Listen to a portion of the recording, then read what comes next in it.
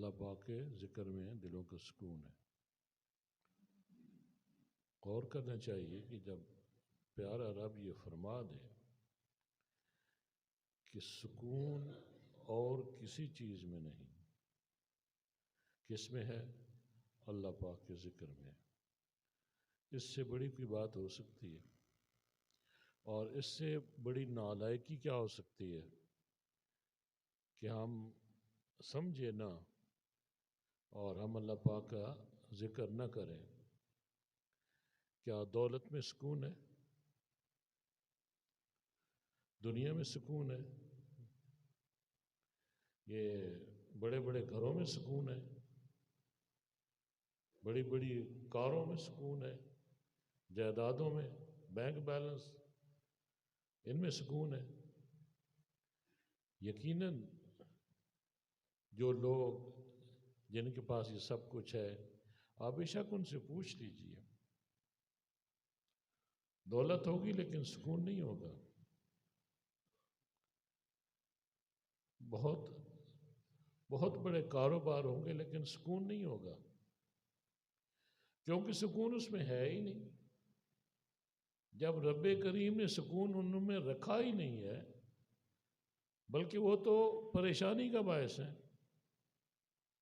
وہ تو آپ کو مختلف قسم کے فکرات میں گھیر لیتے ہیں اور آپ پریشان رہتے ہو۔ سکون تو صرف اللہ پاک کے ذکر میں، اللہ پاک کی یاد میں ہے۔ تو یہ سمجھنے کی بات ہے کہ ہم اس چیز کے پیچھے بھاگتے ہیں جو ہمارے لیے فائدہ مند نہیں ہے، جو ہمارے لیے باعث نقصان ہے، جس سے ہمیں سکون بھی نہیں ہے، پریشانی ہی پریشانی ہے، اور پھر بھی ہم اسی کے پیچھے بھاگتے ہیں۔ اللہ کے بندو، رب کا ذکر کر کے دیکھو، جب حتمی بات کی جا چکی ہے، یہ حتمی بات ہے، جب اللہ آ جائے تو اس کا مطلب ہے کہ یہ آخری بات ہے، یہ حتمی بات ہے، تو رب کریم نے تو گل مکا دی کہ سکون ہے تو صرف میرے ذکر میں۔ اور پھر ایک سکون نہیں، اس کے ساتھ متعلق بہت ساری چیزیں ہیں، انسان کی دونوں زندگیاں سنور جاتی ہیں، یہ جہاں بھی سنور جاتا ہے اور آنے والا جہاں، آنے والا وقت بھی سنور جاتا ہے۔ وہ زندگی جو اس زندگی کے بعد آنے والی زندگی ہے، اس کا بھی دار و مدار اسی پہ ہے۔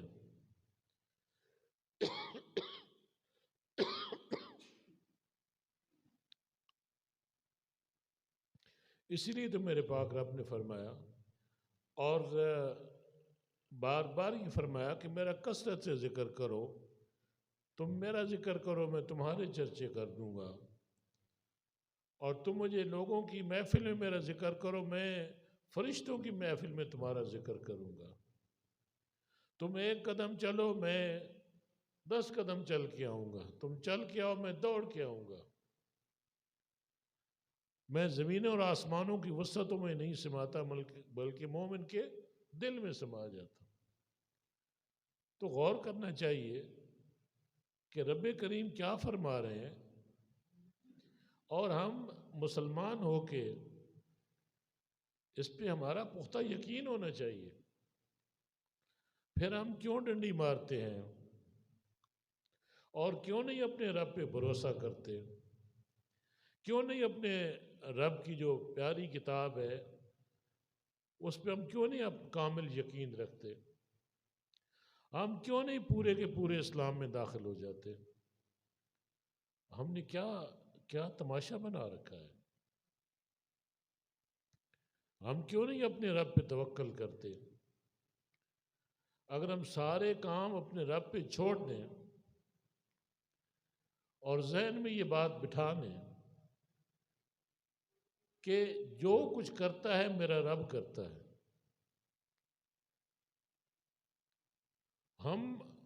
ہمیں چاہیے کہ ہم اگر رزق یا روزی ملتی ہے تو بے شک ہم باہر نکلتے ہیں، روزی کی تلاش میں نکلتے ہیں، ہم کوشش کرتے ہیں لیکن دیتا تو رب ہے نا. اور پھر جب رب نے یہ ٹھیکہ لے لیا ہے کہ آپ کو رزق اور موت جہاں بھی آپ ہوں گے وہاں آپ کو پہنچ جائے گی، پھر پریشانی کیا آئے گی؟ پھر پریشانی کیسے؟ کہ جب رب خود فرما دے کہ میں رازق ہوں، تمہارا رب ہوں، میں تمہارا پالنے والا ہوں، اور ہر چیز کو رب رزق دیتا ہے. جو بھی چیز رب نے پیدا کی ہے، زمین کے اوپر ہے، زمین کے اندر ہے، پانی میں ہے، پانی کے اوپر ہے، ہر چیز کو رب رزق جو ہے وہ مہیا فرماتے ہیں. یہ ہمارا پیارا رب. لیکن ایک انسان ہے جو کہ اشرف المخلوقات ہے اور رب کریم کا نائب ہے، وہ پریشان ہے، وہ متزلزل ہے، اس کا بیہیویئر، اس کا رویہ بڑا عجیب سا ہے. ہمارا یقین اور ایمان تو پرندوں جیسا بھی نہیں ہے. پرندے کبھی دیکھا ہے کہ روزی کے لیے پریشان ہوں؟ وہ سویرے اڑتے ہیں اپنے گھونسلے سے اور اپنا وہ کیا کہتے ہیں پیٹ بھر کے اپنے دانے چوک کے، جو کوئی کیڑے مور جو بھی ان کی خوراک ہے، وہ واپس اپنے گھونسلے میں آ جاتے ہیں. وہ کبھی پریشان نہیں ہوتے. رب نے دیتا ہے رزق. اسی طریقے سے پانی کے اندر رہنے والی مخلوق، رب اس کو بھی ہم پانی کے نیچے بھی رزق دے رہا ہے. جنگلوں میں جانوروں کو رزق دے رہا ہے. ہر چیز کا پالن ہار میرا رب ہے. اور پھر ایک وہ جو اشرف المخلوقات ہے،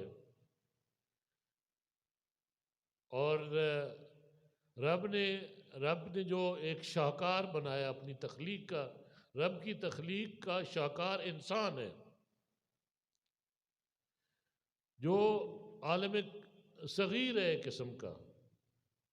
جو کچھ آپ دیکھتے ہو عالم کبیر میں، یہ بڑا عالم جو ہے، اس کا نچوڑ یا اس کا جس جو انسان کے اندر موجود ہے، دریاؤں جیسی روانی اس کے اندر ہے، پہاڑوں جیسا جگر رکھتے ہیں، یہ ساری چیزیں انسان کی اندر رب نے ودیت کی ہیں. لیکن وہ اس جہاں میں رہ کے اپنے رب سے دور ہو گیا. اور سب سے ناقص یقین انسان کا ہے. جانور نہیں پریشان ہوتے، پرندے پریشان نہیں ہوتے، لیکن حضرت انسان پریشان ہے. اور پھر یہ تھوڑے پہ اکتفا بھی نہیں کرتا، اسے بہت کچھ چاہیے، اس کا پیٹ نہیں بھرتا. یہ بہت کمانے کے چکر میں بہت آگے نکل جاتا ہے، اور اس سارے عمل میں پھر انسانوں کا استحصال کرتا ہے، لوگوں کا حق مارتا ہے، ان پہ زیادتیاں کرتا ہے. کس لیے؟ دولت کی ہرس میں، لالچ میں، ہوس میں، زیادہ جمع کرنے کے چکر میں غلطیاں کرتا ہے، غلط کام کرتا ہے، نمبر 2 کام کرتا ہے، غیر قانونی کام کرتا ہے، غیر اخلاقی کام کرتا ہے. اور جو ہمارا مذہب، ہمارا دین جس کی اجازت نہیں دیتا، وہ بھی کر گزرتا ہے، کم تولتا ہے. یہ اس کی خواہش کی کوئی انتہا نہیں ہے، اس کا پیٹ نہیں بھرتا. کتنے دکھ کی بات ہے کہ چاہیے تو یہ تھا کہ یہ پہچانتا، اپنے آپ کو پہچانتا. اسے پتہ نہیں ہے کہ اس دنیا سے میں نے چلے جانا. جب میرے سامنے کتنے لوگ چلے گئے، کتنے جا رہے ہیں، کسی کو کوئی پتہ نہیں کہ کل وہ ہوگا یا نہیں ہوگا. یعنی اتنا سارا بھی کوئی نہیں کہہ سکتا کہ اگلے لمحے میں دنیا میں موجود ہوں گا یا میری روح پرواز کر دے گی. اتنا نازک معاملہ ہونے کے باوجود وہ سمجھتا ہے کہ اس نے مرنا ہے ہی نہیں. اور اسی حساب سے دنیا اکٹھی کر رہا ہوتا ہے کہ جیسے اس نے مرنا ہی نہیں ہے۔ تو یہ کتنا بڑا بھلیکھا ہے، کتنا بڑا انسان کے اندر ایک تضاد موجود ہے کہ رب کو رب مان کر کہ وہ میرا رب ہے، وہ پالنے والا ہے، وہ رزق دینے والا ہے، پھر پریشان ہے، پھر اپنے تئیں نہیں، پھر اولاد کے لیے بھی اس نے اکٹھا کرنا ہے، اولاد کے لیے بھی جائیداد بنانی ہے، اور بہت کچھ اکٹھا کرتا ہے، اور جب اس دنیا سے جاتا ہے تو پھر حساب کتاب دینا ہوگا۔ دنیا سے تو خالی یاد جائے گا، یاد دو چیزیں اس کے ساتھ جائے گی، اور ایک تیسرا جو ہے وہ اس کے لواحقین رشتہ دار ہوں گے جو صرف قبرستان تک جائیں گے۔ قبر کے اندر اس کے ساتھ دو چیزیں جائیں گی، اچھے اور برے عمل، اور لائف کا سپین کتنا ہے، اس کا وقفہ کتنا ہے، کتنی مختصر لائف ہے زندگی ہماری، اور ایسے پتہ ہی نہیں چلتا، جیسے گزر جاتی ہے، بچپنا، لڑکپنا، پھر جوانی، اور پھر بڑھاپا، اور پھر دنیا سے چلے جانا ہے۔ تو اصل چیز تو یہ ہے کہ ہم دنیا سے لے کر کیا جاتے ہیں۔ تو جس نے اپنے آپ کو دنیا کے لیے ایک وقف کیے رکھا تو اس نے تو برباد کر دی، اپنی دنیا بھی برباد کر دی اور آخرت بھی برباد کر دی۔ تو میرے دوستو، سکون کس میں ہے؟ اللہ پاک کے ذکر میں۔ اور پھر جو حدیث مبارکہ ہے کہ آپ نے اپنے صحابیوں سے فرمایا کہ میرے صحابیوں، میں آپ کو ایک ایسا عمل بتاؤں کہ جو پہاڑوں جتنا سونا، چاندی، ہیرے جواہرات رب کے راستے میں خرچ کرو، صدقہ کرو، اس سے بھی ایک بہتر عمل ہے۔ کمال ہے، یہ کوئی آسان کام نہیں ہے۔ یہاں تو 4 پیسے یا 4 ٹکے بھی کسی غریب کو دینے کے لیے آدمی 10 دفعہ سوچتا ہے کہ یار میرا اپنا بھی ضروریات ہیں، وہ کسی کو نہیں دیتا۔ صدقے کی تو دور کی بات ہے، لیکن جو پہاڑوں جتنا سونا، جواہرات وہ صدقہ کرے، اس سے بھی بہتر ایک عمل ہے۔ صحابہ نے عرض کی، یا رسول اللہ صلی اللہ علیہ وآلہ وسلم، ہمیں بتائیے وہ کون سا عمل ہے؟ آپ نے پھر فرمایا کہ ایسا عمل نہ بتاؤں جو اللہ کے راستے میں ایک جو شہید ہوتا ہے، خالصتاً رب کی رضا کے لیے شہادت پیش کرتا ہے، اپنی جان کی قربانی پیش کرتا ہے، اور اس سے بھی وہ پھر زندہ کیا جائے، وہ پھر شہید ہو، اس سے بھی بہتر ایک عمل۔ تو صحابہ اکرام کا شوق بڑھا اور پوچھتے کہ یا رسول اللہ فرمائیے وہ کون سا عمل ہے؟ تو آپ فرماتے ہیں ذکر اللہ، اللہ کا ذکر۔ اب یہاں پہ جو غور طلب بات ہے، ذکر، نماز بھی ذکر ہے، قرآن پاک کی تلاوت بھی ذکر ہے، آپ نوافل ادا کرتے ہو وہ بھی ذکر ہے، آپ اللہ رسول کی باتیں کرتے ہو وہ بھی ذکر ہے۔ تو ذکر کون سا ہے؟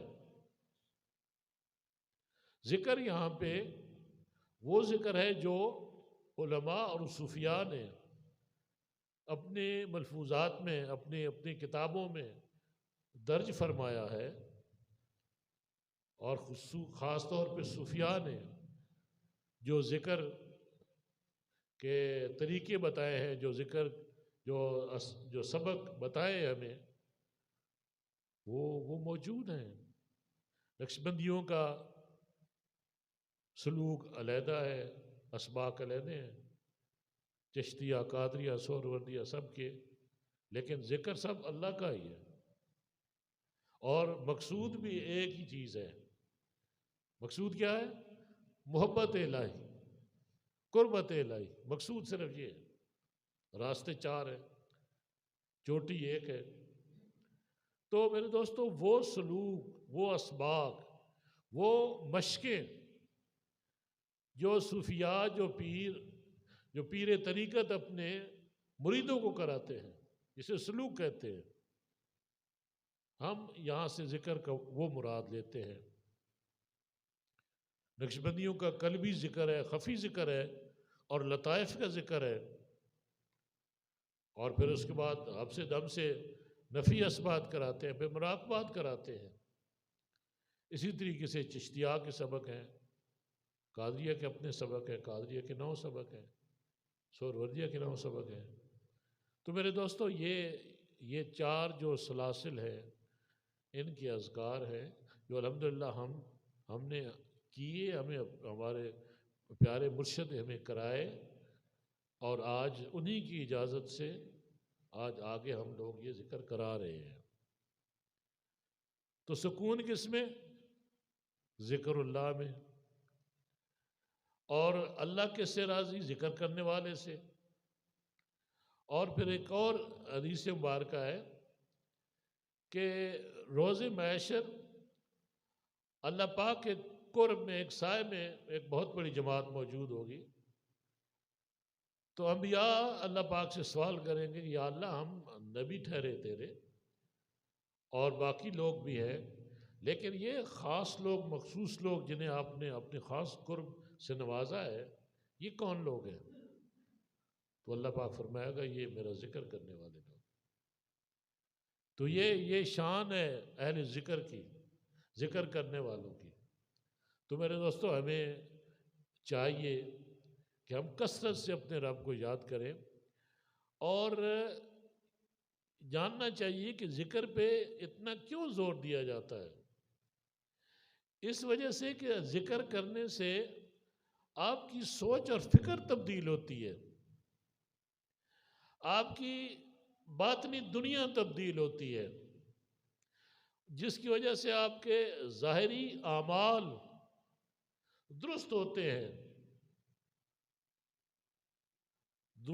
ظاہری اعمال ٹھیک ہوتے ہیں، کیونکہ ظاہری اعمال کا دار و مدار باطنی کیفیت پہ ہے، باطنی سوچ پہ ہے، باطنی فکر پہ ہے، کیونکہ سوچ جو ہے وہ انسان کے دل سے اٹھتی ہے۔